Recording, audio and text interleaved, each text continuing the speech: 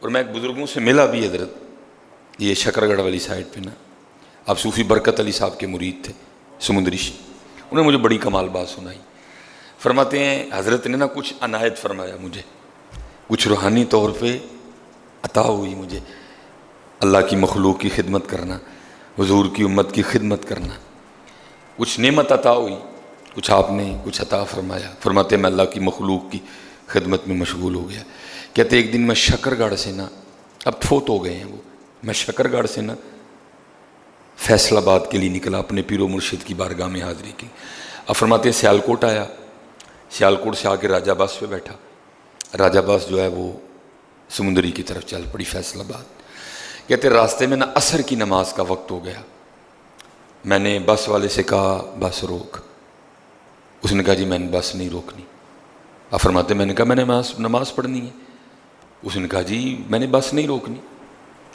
چلو آخر وہ اس بات پہ مانا کہ آپ ووٹنگ کروا لیں، اگر آپ کے ووٹ زیادہ ہوئے تو روک دوں گا، نہ زیادہ ہوئے تو نہیں روکوں گا۔ اب فرماتے میں کھڑا ہوا اور میں نے پوری بس کو مخاطب کر کے کہا، میں نے بھائی جس نے نماز پڑھنی ہے نا عصر کی، ہاتھ کھڑا کرو۔ اب فرماتے ایک یا دو بندے نے ہاتھ کھڑا کیا، کسی نے ہاتھ ہی نہیں کھڑا کیا۔ اب 3 بندوں کے لیے تو نہیں ماننا۔ اب فرماتے میں بیٹھ گیا اور کہتے جو مجھے عطا ہوئی تھی نا تصرف، اب فرماتے میں نے بس روک لی، پھر میں نے بس روک لی۔ وہ ڈرائیور بھی پریشان، کنڈکٹر بھی پریشان کہ بس کو ہوا کیا ہے۔ انہوں نے اتر کے بس چیک کرنی شروع کر دی، نقص نظر آ کوئی نہیں رہا تھا، بس سٹارٹ نہیں ہو رہی تھی۔ کہتے میں نے بڑے خشوع خضوع سے وضو کیا، 2 گانا میں نے پڑھا، قصر نماز تھی۔ کہتے پڑھ کے آ کے میں پھر گاڑی میں بیٹھا اور پھر جو تھا کچھ اس کو یوز کیا، بس پھر سٹارٹ ہو گئی۔ کہتے میں چل نکلا۔ فرماتے مغرب میں نے وہیں آ کے پڑھی۔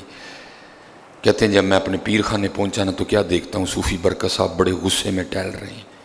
کہتے جیسے میں گیا نا حضرت نے میرے منہ پہ تھپڑ مارا اور مجھے فرمانے لگے تجھے اس لیے کچھ دیا تھا کہ اللہ کی مخلوق کو تنگ کرے؟ بھئی مسئلے کی روح سے تو بس میں بھی نماز پڑھ سکتا تھا، تجھے اس لیے دیا تھا کہ تو اللہ کی مخلوق کو تنگ کرے؟ کسی نے جنازے پہ پہنچنا تھا، کسی نے کچھ کرنا تھا، تو نے بس کیوں روکی؟ ادھر دے واپس، تو اس کے لائق ہی نہیں تجھے کچھ دیا جائے۔ یہ صوفی ہوتے ہیں، یہ صوفی ہوتے ہیں حضرت۔ صوفی کا مطلب یہ ہے اللہ کی مخلوق سے محبت کرنے والا، اور جس کو اللہ کی مخلوق سے محبت نہیں ہے وہ صوفی نہیں ہے۔